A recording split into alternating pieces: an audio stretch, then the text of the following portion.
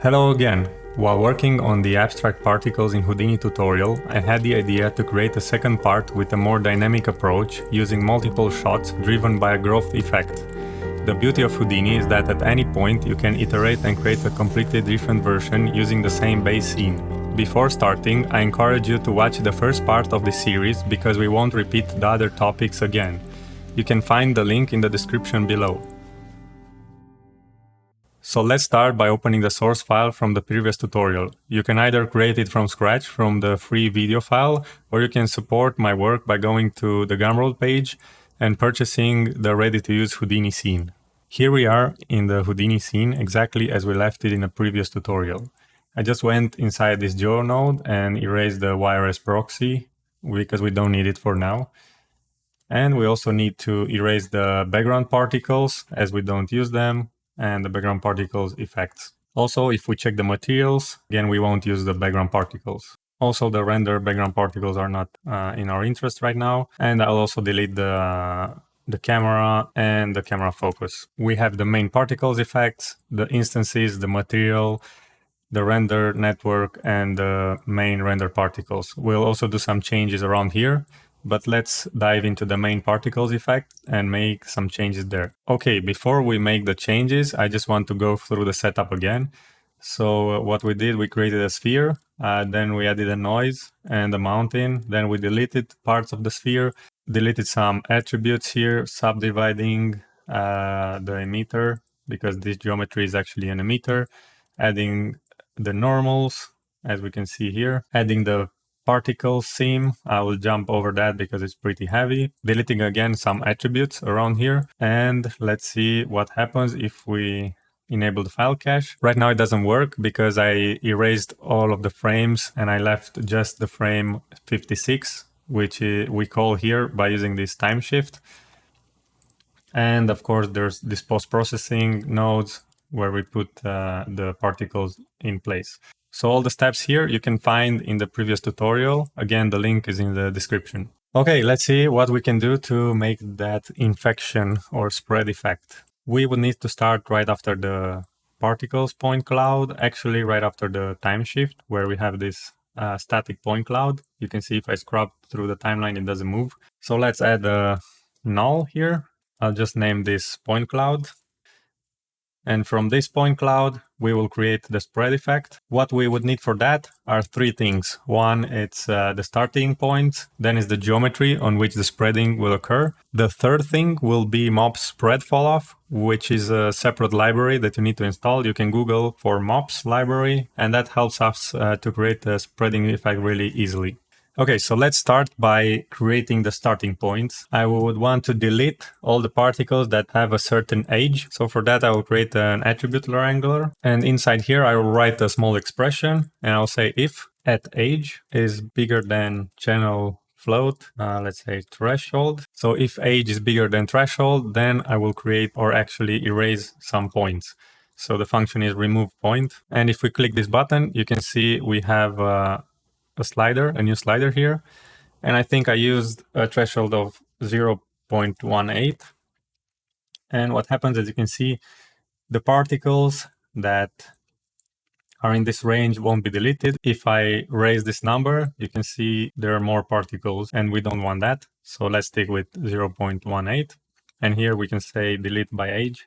Next, we would need to set some particle scales for these points because we want to create a geometry that can help us select the starting point from which the spreading will occur. So I will just create another attribute wrangle, name this set p-scale, and I think I use the p-scale of 0.01. So I'll write float at p-scale equals 0.01. Of course, we could create a slider for this one, but it's not really important right now. In the viewport, nothing happens because in order to see that, we would need to enable the point to display the particles as disks. And now you can see actually the p-scale. Of course, the viewport is a lot slower, so I'll just go with the points. Next, we still have points here, so we would need some geometry in order to select. I think the best method to do that is create some VDB from particles. So we will use that node. Yeah, before, or let's see what happens. Nothing happens because our voxel size and our minimum radius scale is too big. So here I think I went with 0.075, and of course the voxel size is too big, so let's go with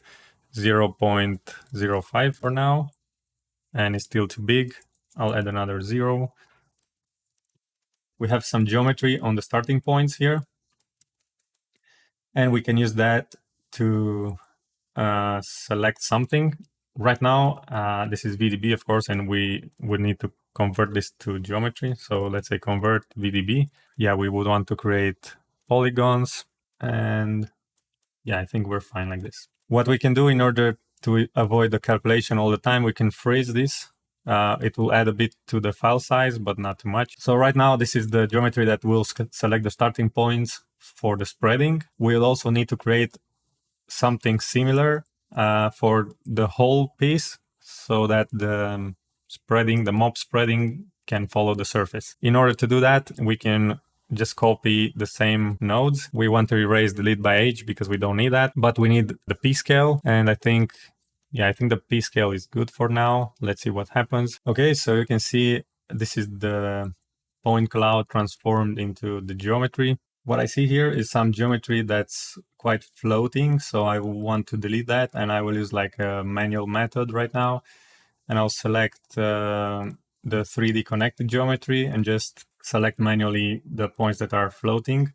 Or actually, I think we can just select the whole thing here, and let's see if we keep some stuff. Yeah, I'll keep this branch, and everything else we can just erase. It won't help us to keep those points actually. So let's go with a blast. Now let's create the spread fall off. We would use MOPs for that. So MOPs spread. As you can see, this node has two inputs. One is the mesh and the other one can be a starting point. So that's why we created this right branch here. First, I'll input the initial mesh, and as you can see, there's some calculation happening because it already tries to create a spread effect from some random points. So let's go with frame 1 for now. In order to view that, we can either preview the fall off here, or we can add an extra node which is called MOPs preview fall off. So actually I'll use this node instead of this box here. You can see it does the same thing. It's just that it's a lot more useful on a node. Okay, and what I would like to do is rename this MOPs fall off. I would rename it to infection. I like more the term. And let's see now the properties of the spread fall off.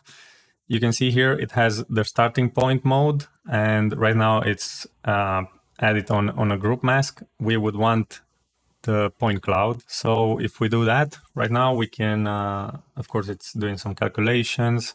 We can input this in the second input. Before doing anything else, I would want to freeze this point cloud again, or we can just cache it on the disk. But for now, I'll go with the freezing.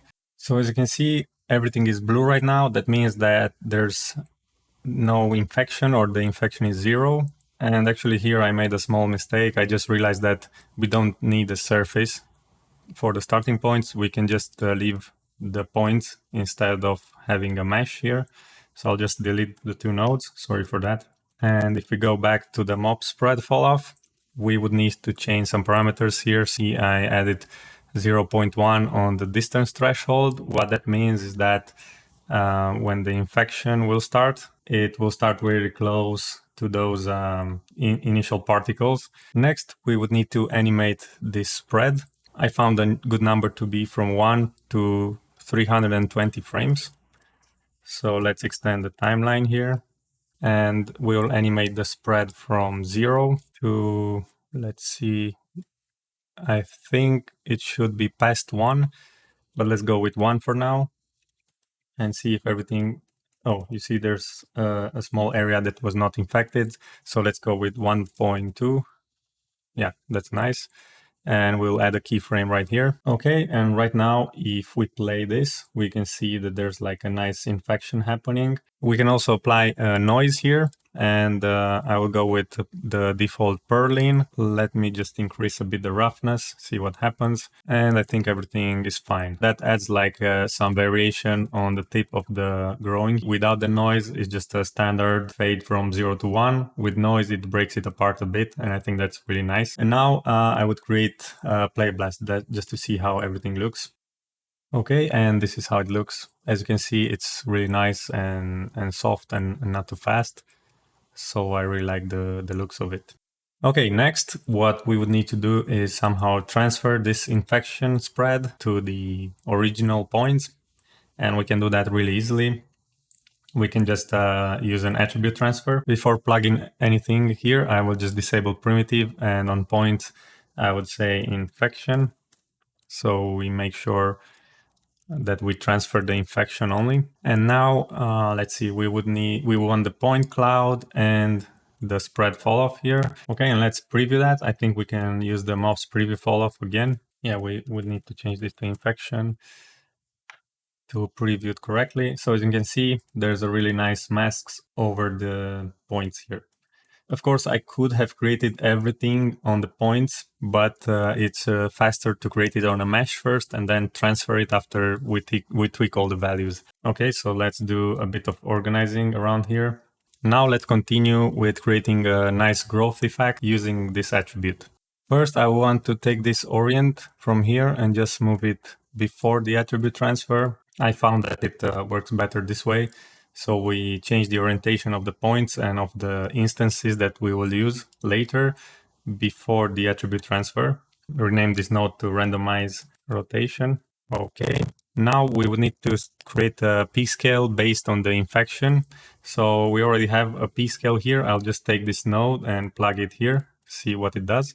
If you remember from the last tutorial, we created a fit range here from minimum to maximum, so it gives some randomness. And now we just need to add another line of code saying that each point will be multiplied by the infection. So if the infection is 0, p-scale is also 0. Let me just put a float here also, just to make sure everything is fine. I'll say float at p-scale again, and I'll just multiply this by the infection. Okay, now what should happen is that this infection here will multiply the p-scale, and if we look at points as this, so we can see where the infection is 0, also the point scale is 0, and there's no points actually, or the scale it's none. Now what we should also do to optimize the scene, we should create an alpha parameter and also delete the points that have 0 p-scale. So for that, I'll write another attribute wrangle, and we would say if the infection is smaller than some threshold, we will remove the points. So as you can see right now, it automatically removes the point that have 0 infection. And if we look in the spreadsheet, we have 11 million points here. And if we look here, we have just 1 million point. And now we should also use an alpha. This will help us in the render. So we say f at alpha equals channel ramp.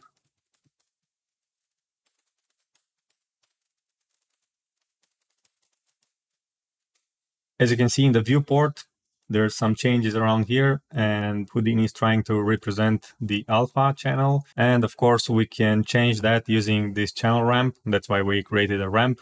I don't think I did anything to it here. I think I changed it from the Redshift shader, but it's good just to have it. The next step is to actually create some movement in the particles while they are growing. So let's add an attribute VOP, plug this into here, dive inside, and we will use a turbulent noise. We would plug in the position, and I think we would want to expose the type, the frequency, amplitude, and roughness. By exposing those, we would have control over them here. Now we need to bind the infection. Actually, we are reading the infection parameter from here inside of the attribute VOP.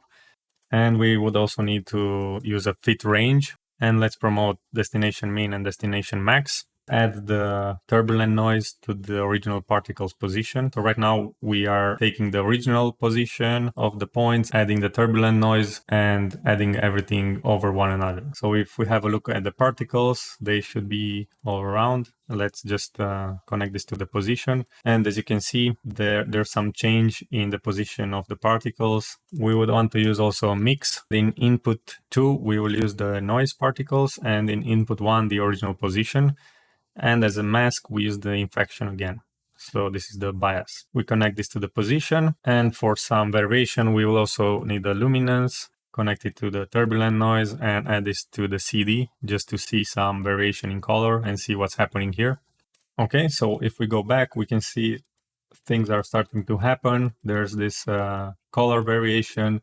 There's some noise applied on the tip of the particles. Of course, we would need to change some parameters for everything to work smoothly. I think I would need to change the fit range. We need to invert the inflection actually. So what was 0 is now 1, and what's 1 is 0. So as you can see what's happening, the tip of the particles are being moved while the end is it's still. So if we disable this, you can see there's a lot more movement around here. If we were to leave this on the default state, you can see it's the other way around. Okay, and I will change the frequency a lot smaller. Let's go with 4.5. And there's some small mistake that I did. We would need to use a 3D noise. Right now it's just 2D.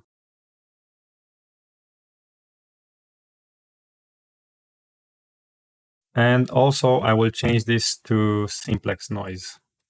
Yeah, so I think this is a lot better. Okay, let's dial a bit the roughness, and also the amplitude is too much. I'll go with 0.6. There's just a bit of movement on the tip of the particles that are growing. Unfortunately, we would need to cache everything to see the whole animation, and I'm saying unfortunately because this will take quite some space on disk. But before that, let's do some cleanup around here. I'm adding a file cache, and we'll rename this animation geo v1. Caching is done finally. I've also created a quick play blast just to illustrate how the animation works. As you can see, everything is growing pretty nicely. You can ignore those glitches, those are just viewport opacity issues. Let's connect the cache to our older nodes. If I go to frame 250, we can see that everything is grown up, and we can rotate it in the older position. Let's reset the view by hitting space H. We were also using the center mask, but right now we don't need it anymore. And I think we should use the attribute noise just to give some extra variation here. And I'll just change a bit the scaling to 0.1 maybe. Let's check where the animation begins. Okay, it's on frame 25, so I'll add a time shift just to make sure that it starts on frame 1. It will help later in the animation. And let's say frame minus frame 25, climb to first. Okay, well, it's actually plus 25, sorry.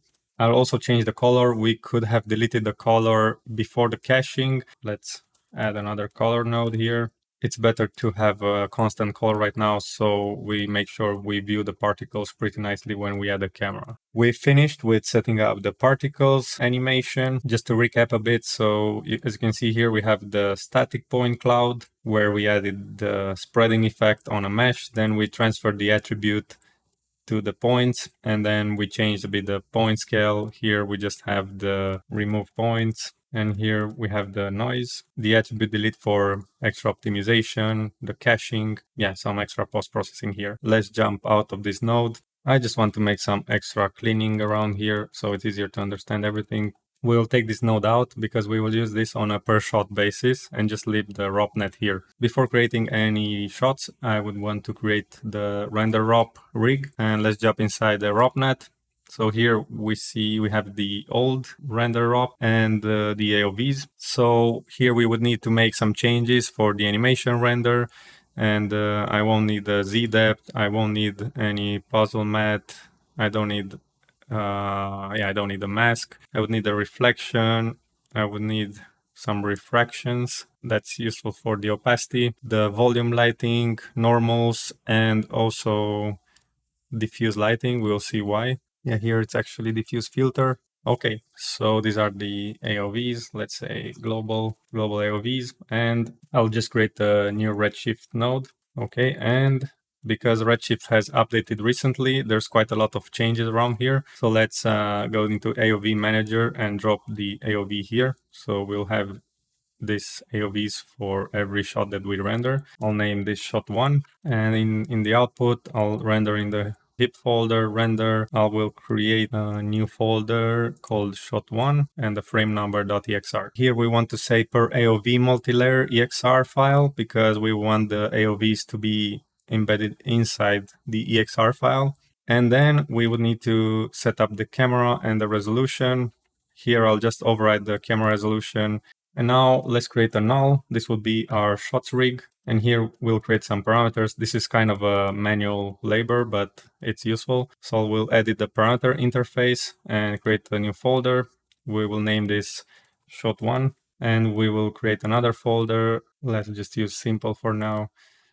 And inside the globals, we will use, for example, we can have some motion blur on and off ticks. So let's set a toggle here. We'll enable motion blur. Okay, and then we'll copy this parameter and go here to Redshift, and let's see motion blur and paste relative reference. So when we enable motion blur here, it will be enabled in shot1. Let's see, we will disable global illumination. And what's really important about the shots is the camera. So let's go here and say for shot1, we would want an operator path.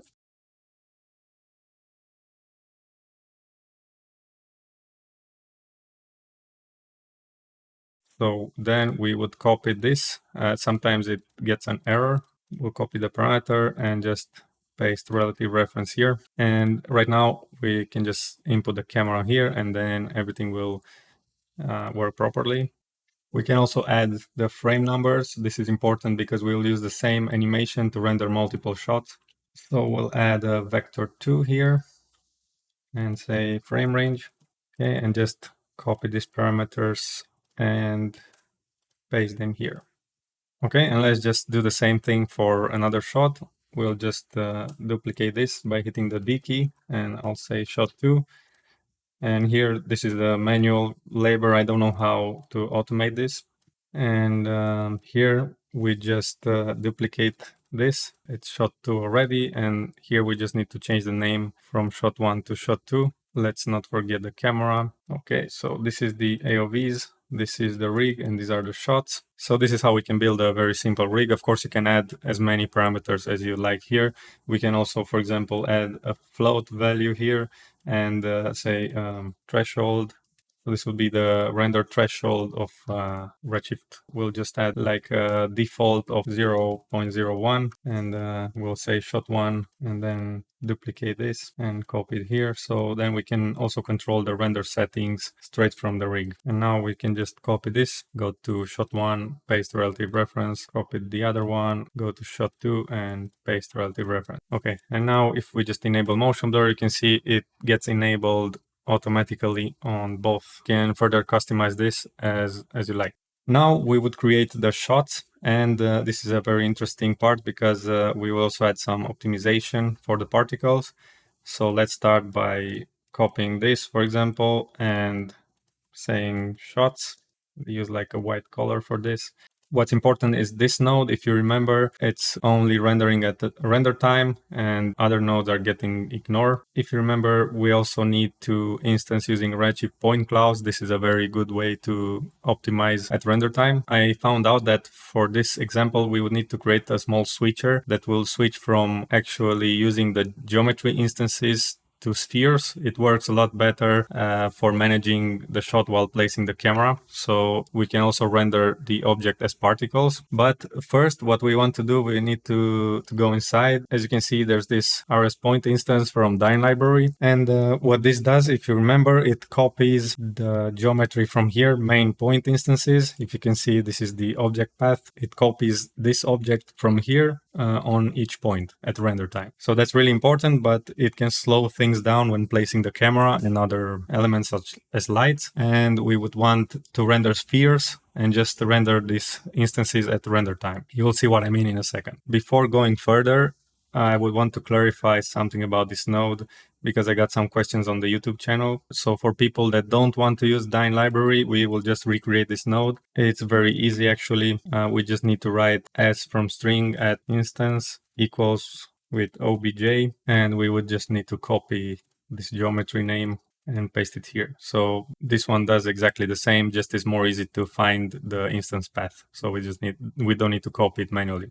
In order to switch between instances and spheres at render time, we would need to use a switch node, of course, and just switch from the original points to the instances and create a small rig for that. So if we jump out here, we will just copy this parameter here and put it inside the switcher. So then it works with one tick. When we enable this, the switcher moves to the other input, and we would need to change this. If it's 1, it takes the points. If it's disabled, it takes the instances. Okay, that's really useful at render time when creating the shots. And we will rename this to shot 1 particles. So this will be shot 1. Of course, in the example that I shared, there are like 10 or 11 shots. We'll just create 1 or 2 for now as an example, and you can create more as you like. So this is the geometry that gets rendered, and we need to go in the ROPNet under the shot 1. And on the objects here, we would want to force objects that just have shot 1 and whatever name after, and also lights that have the same thing. Then for shot 2, we would do the same. This is really important, so please don't forget that. If not, Houdini will render everything that's on the viewport. Okay. It's time to create a camera and add some lights. So I'll drop in an RS light here, and I'll just name this shot 1 top, let's say. And yeah, first let's dive inside and add a ramp. I'll click allow editing context, go to the light shader, to the material, and add a ramp here. This will allow to create a gradient on the light. So I'll put this on the intensity slider. Yeah, I'll use a radial and go with this slider like this. I think we need to use circular and UV map actually. Okay. So now we'll have radial gradient on the light. I think we also used this in the previous example. For all the scenes that I rendered, I used just 2 lights, one from top and one from below. So this will be the top light, and we'll just see how everything looks. And the other one will be the bottom light. And from the bottom, I use the temperature slider, and I use like something like this. But let's see how everything looks inside of the render. So I'll just create a new camera. Okay, and rename this cam shot 1. Okay, and in the shots rig, I'll just go in here and select from the OBJ camera shot 1. We can also edit the parameter interface, and inside the operator, we can choose to have just camera only. You can see here object camera only and apply, and we can do this to the second shot. What this does, when we select something, we just see the cameras here. So that's a really nice addition. Okay, for this one, I'll just add shot number 2. So as you can see, we can already add the cameras here, even if they are not present in the scene. I'll save the scene, and let's start Redshift to see how everything behaves. We'll make sure that we have render object as particles enabled. And here we'll go with shot 1.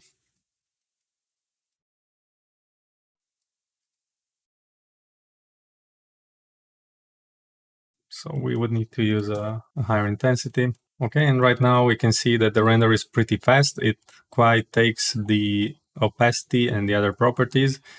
We would also need to add the material here. So let's go inside of the materials and add this one. We need to jump also inside and change quite some parameters. Create a material. Let's use like an aluminium to start with, and so add some diffuse color. So I'll use like 0.1. What happens here, if we add, for example, a Fresnel, we can sort of change the opacity of the reflection. So we put it in the reflection weight, and we can just change the index of refraction to 3. And what will happen, it will catch up also some weight from the color, so they're not extremely dark. And let's increase a bit the roughness to 0.35, and I'll just go with the IOR and put this to 0. So this is complete metal, and the Fresnel changes a bit that. Okay, and now let's read the color attribute, RS color user data, and add alpha here, and just overall opacity color. Let's jump back. I did a small mistake here. I assigned the materials to the shot 1 particles. This one doesn't need to have any materials, because if we are rendering object as particles, Redshift will automatically assign a default shader, and that's fine for now. And if we render the instances, they will already have the material assigned here. And I think it's a good idea to start the render and see how everything looks. We are seeing the renders as particles. We are seeing the rendered particles. They don't look so nice right now because they have a default shader, but this is very useful for positioning the camera and see how the light behaves. And right now I'll just take some time to position the camera and the lights and come back afterwards. Okay, I added a camera around this area here, and I also moved a bit the light. So there's a top light and a bottom light. I tried to recreate almost the same shot as in the demo video. The camera has just a bit of animation from frame 75 to 125, and this is the play blast. The speed is a bit too high right now, but in the final video I used DaVinci's optical flow to slow it down quite a bit. It's a good idea to fire up the render as well.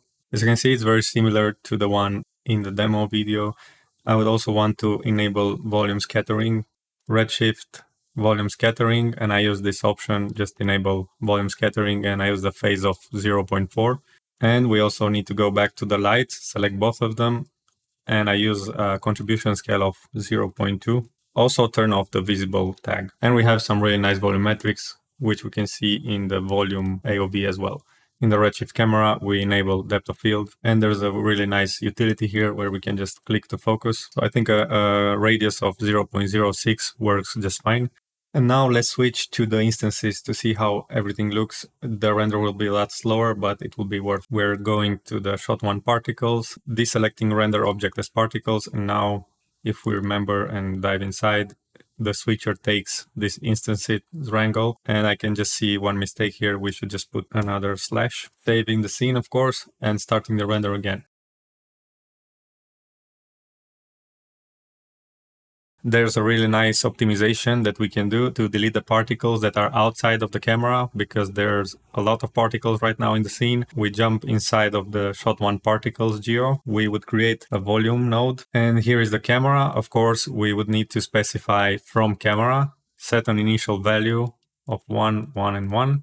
And now the interesting part is that we can select the same camera as in the ROP network. I'll just go in the ROP net, select the shots rig, copy this parameter here and paste it here. I will paste an absolute reference so it's easier to follow. Okay, then we need to select sampling by size and change the Z near to 0. If we have a look at the volume, you can see there's quite a big frustrum. Let's say 10 here.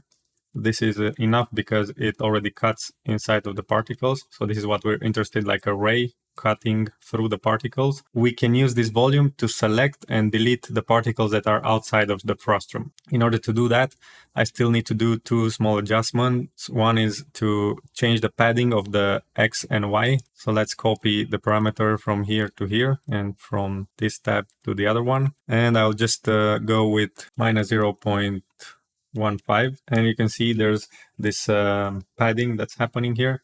Let me just change it. You see, it happens on the x-axis, and we'll change this to 1.15, and that's happening also on the y-axis. This is useful because it's risky to delete the particles right on the edge of the camera. And now we will create a null here, and before the null, we'll create a group and a blast.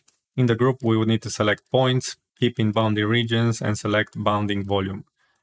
We input the volume, and as we can see right now, the blast, it's cutting through the frustrum. We would just need to say delete non-selected, and let's see what's happening right now. Oh yeah, I need to input an isosurface of 1 just to create an isosurface from the volume. We need to uncheck this actually.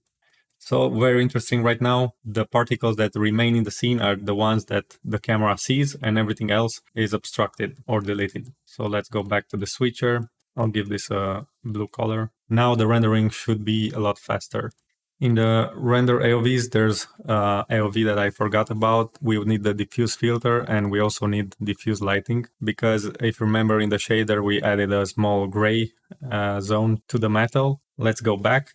Before starting rendering shot 1, I'll just check again everything with motion blur. So we'll enable motion blur from here or from the shot rig. As you can see, I already inputted the frame range here, which is very important. So if you can see, there's some keyframes on the camera, so from frame 75 to 125. So I put the frames here. And now let's see how motion blur deals with this. In my opinion, there's a lot of motion blur happening here. I would want just a tiny bit. So we would need to reduce the velocity of the particles. In order to do that, we need to jump inside of the main particle effects, add a point wrangle, write this very small expression, v at v times equals 0.3. So this changes the velocity quite a bit. Let's say reduce velocity.